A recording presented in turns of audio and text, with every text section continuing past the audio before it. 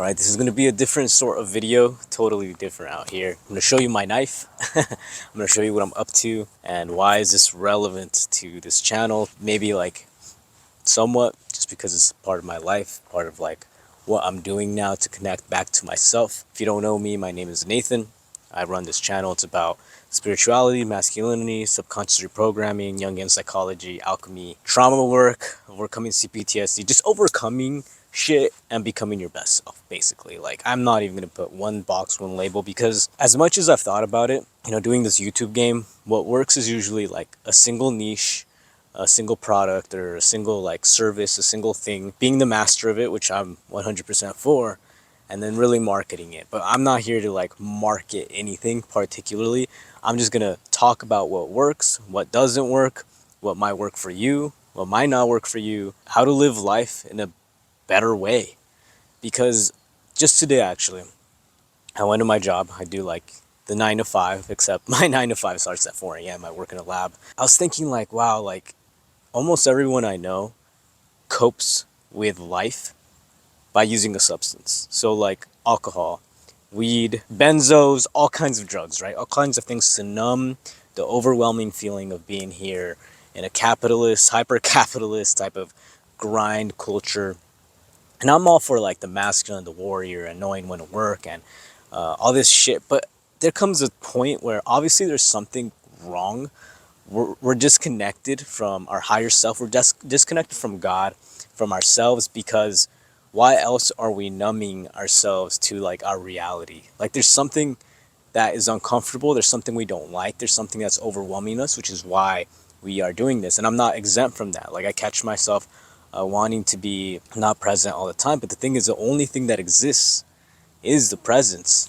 And I'm thinking like, damn, like a lot of my friends, they drink something when they get home from work. I'm not going to name any names because obviously I'm not going to call anyone out, but it's a very common thing, right? Or you smoke weed to relax, to like, get over the exhausting day we might have had at work. And the thing is, I actually enjoy my work. Like, it's not bad. My work environment is actually decent. But the thing is, even with that, just knowing that even though I'm doing something purposeful and something important, it doesn't feel attuned to my like soul's calling, right? And that could be anything, but in terms of like, it feels like I'm not progressing towards a thing that I know where my gifts and my greatest gifts are gonna like come from. So I don't drink alcohol in terms of like, I don't go home and drink. But I've had a past where for a while, like I was literally an alcoholic, and I would get home and I would buy a bunch of beer, drink that, go to work the next day, hungover or whatever, feeling like complete dog shit. And then again, and I needed something to cope with that anxiety. And it wasn't even so much anxiety of work, but it was anxiety of having trauma, like unaddressed trauma, unaddressed fight or flight, where I hadn't regulated my nervous system. So I am someone that has dealt with CPTSD, complex PTSD. So alcohol has been amazing in terms of putting a band-aid on, regulating my nervous system in terms of like depressing it, making me feel calmer, making me feel more safe, more confident, worrying less about the future and forgetting about the past, right? Which is what a lot of people do. This is not so much a place of like judgment and being like, those people are asleep and all that, because at the end of the day, we've all done this. We're all doing this in one form or another. We're trying to escape the now. We're trying to escape something. We're trying to escape ourselves. Like when I was drinking, I was trying to escape myself. All the things that were in my brain that are conditioned, that are traumas that are no longer relevant, that are no longer in the present moment, but are stuck in my body, whether it's in my emotional or pain body or in my physical body, whatever it is energetically, it was there. And it's something that I had to address, that I've had to address over and over, and then clear that out and become present and really tap into that presence of being able to hold that and be okay. And you might be thinking, how is this related to the intro of you like being outside, wanting to show your knife? And like, the thing is, for some backstory, I was a guy that didn't do anything that I was passionate about. I didn't believe in myself. I had low self-esteem. I was way too anxious to start something new and actually apply myself. And I was just coasting through life, and I know a lot of people are like that. I know a lot of guys that get home from work, or they just go to college or go go to work, whatever, get home, smoke weed, play video games, and then they don't actually apply themselves into something that is their calling, is their purpose, is their passion. Even let's say if we get it wrong, like we think we want this thing and then we're like, actually no, I want to do this thing. At least you tried. And I was one of those guys who just got home, would watch Modern Family, would smoke weed or drink a beer, hang out with my girlfriend at the time, and I never felt good about myself because I didn't feel like I was progressing in anything that I actually cared about. Like I was jealous and envious of the people who were doing things that I liked, like being out here, hiking. Like I was too anxious to go hiking. Can you imagine that? I was so anxious that I couldn't step outside that door and start a new hike because I felt inadequate. I felt like wasn't capable. I felt like I was going to do something wrong. I felt like I was going to be judged. I was all out of whack. Now thinking back on it, I can't relate to that. Like I can't even understand that mentality in terms of there's no way I can feel that anymore, because now I have grown trust in myself. I've grown confident. I know that even when I fail, it's a part of the learning process. So in the past 4 years, so about 2020 is when I really started applying myself and going outdoors. And even when I felt anxious or afraid, I would still do it. And it was little by little, right? Even going to the gym. I started going to the gym about 2 years ago, maybe a little, yeah, like about 2 years ago. And I remember the first time I walked into that gym, I knew I was afraid because this was a new environment. I was intimidated in terms of like, what if I did these exercises wrong? What if someone makes fun of me or judges me? Or we all have all these bullshit thoughts, right? And then I was like, okay, first day of the gym, I'm going to take it easy, do what I do know, even if it's just calisthenics, and scope it out, like slowly. I was one of those guys who had to take it slowly. Genuinely, I had to take it slowly. I had to scope it out. And I recommend that even if like you're watching this and let's say you want your dream body or you're not happy with your fitness right now and you're afraid. You're someone that has had a history of a dysregulated nervous system. Your fight or flight is overactive. You have these constant thoughts of people judging you, or you're just simply afraid because it's something new. And what if? Even if it's illogical, sometimes we can't help what we feel. It's stuck in our body, right? And it's a matter of taking that first step. And even if it's a small step, taking it slow, it's okay. Because that's what I had to do. I literally had to scope it out little by little, get to know the gym. All right, so the free weights are over here, the cardio machines are over here, the Smith machines are over here, etc. And then finally familiarizing myself with a setting, with where I was going to be, and observing people. Okay, so this is how they work out. And then slowly but surely I ventured out. And now I have I'm so comfortable. It's I don't even think about it, right? I know people that go to the gym. I've made some acquaintances. I have complete confidence in every piece of equipment that's there. And it's taken some time, right? And the thing is, after some point, you realize, wow, this, whatever's in my head or whatever these anxieties I feel, even though they're real and they feel real, in a way they're not. It's just a temporary feeling. It's just a temporary survival mechanism. But learning how to overcome that and then knowing oh, I can actually do this, even with a discomfort, you begin to actually cultivate this trust and cultivate this bravery and this courage. And your nervous system really starts to calm down because now you're like, oh, well, I'm familiar with this feeling. It's not the end of the world. And then it just passes you. And you slowly add that up. You do the progressive overload. You do that with muscles, right? I wasn't always muscular, right? It took time and it was progressive overload. You add a little bit more, a little bit more. Now, I'm outdoors and now I'm doing the same thing. I've always been a very outdoorsy guy, but I grew up in a city.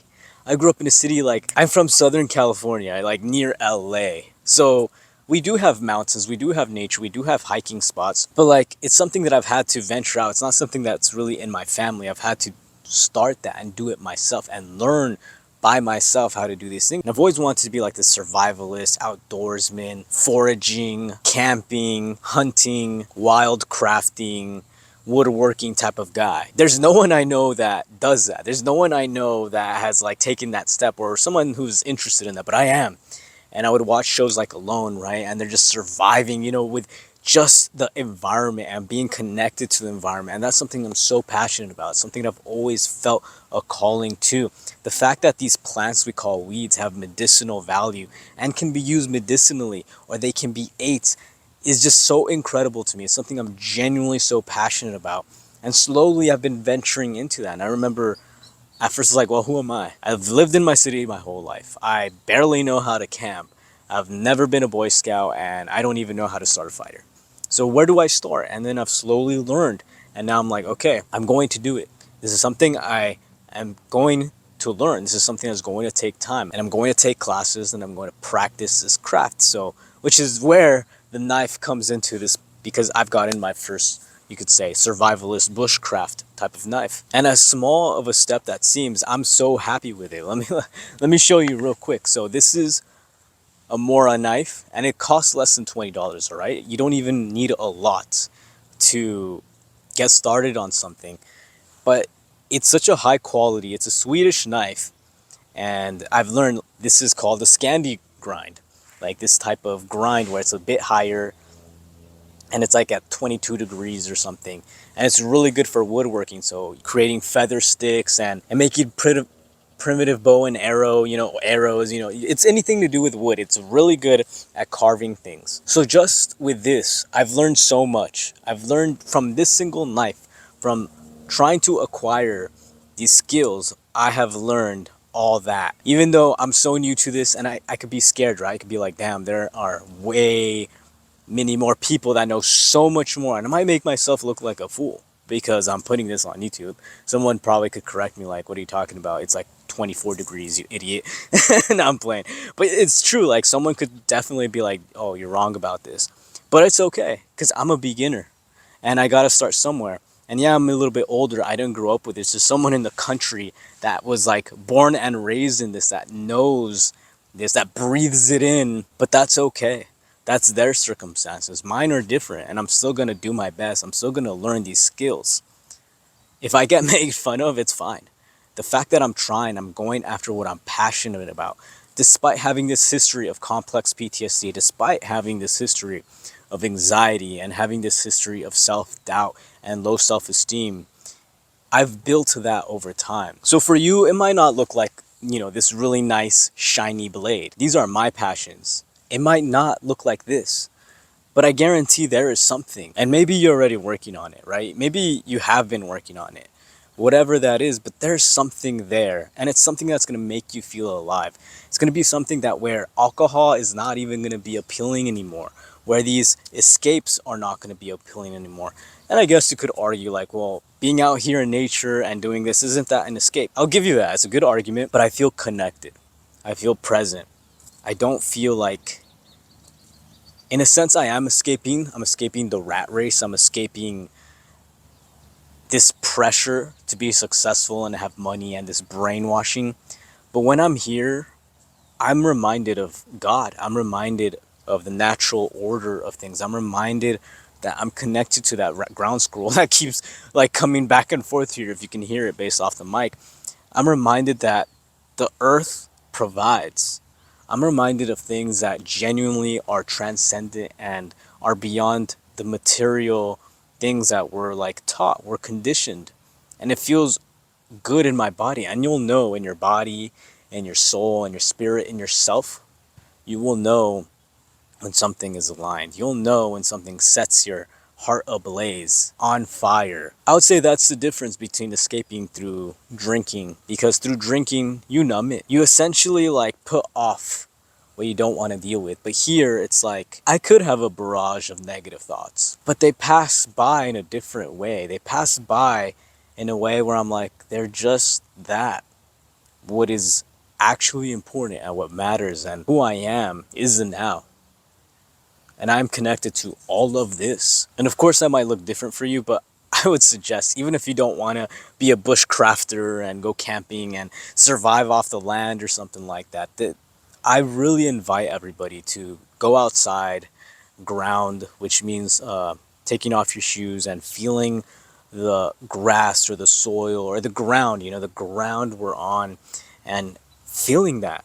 You know, we've lost that connection. Think our ancestors were connected to the earth at all times. It's been shown that there's a lot of health benefits to that. We were meant to be connected to the earth.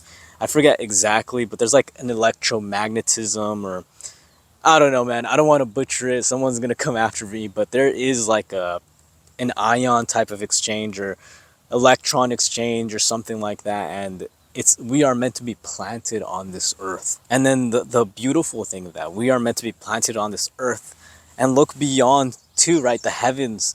We're meant to like connect to the divine. It's just a beautiful experience to be human when we're able to see it. And I know for a lot of people struggling, that might seem like such a far out thing, but I promise you it is possible. And it didn't really even take me that long. In the long term, in the grand scheme of things, it really didn't take that long to get to this point. Like, it's taken consistently a few years to get here, but overall, not much. When we are dedicated to our well-being, into healing, into improving, into really committing to loving ourselves wholly and feeling like we're whole, it really doesn't have to take that long. Even when there are moments of difficulty and dysregulation, and I still feel it. I felt it today, actually. I felt kind of off. And I'm like, okay, today's going to be a day where I just go outside and, practice some of my skills. And maybe I'll record. Maybe, if I feel up to it. I've taken it easy, so I am able to recognize when to pull back, come back, and be in my center, be in what is eternal. And these skill sets are going to be like with you forever once you learn them. Every now and then I forget. Every now and then the lesson comes at me, smacking me in the face. But that's the part of life, and the part of life that we learn to fall in love with, even with the struggle. And that's the key. When we learn to fall in love with every moment, even the difficult ones, that's fucking difficult. And that is really difficult because even I struggle. Like, sometimes I'm kicking and screaming like, no, I don't want to go through this.